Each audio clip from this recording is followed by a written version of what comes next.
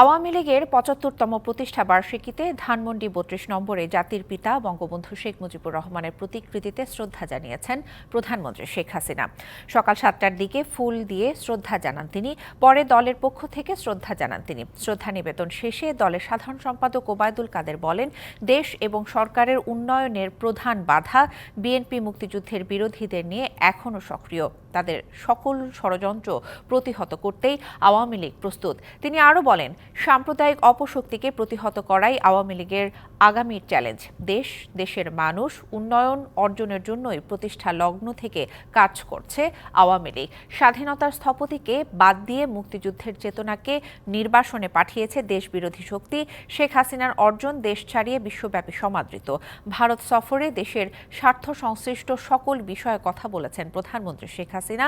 তিস্তা চুক্তির কথা ভুলে যাননি। বিচার বিশ্লেষণ করে বিস্তারিত জানানো হবে।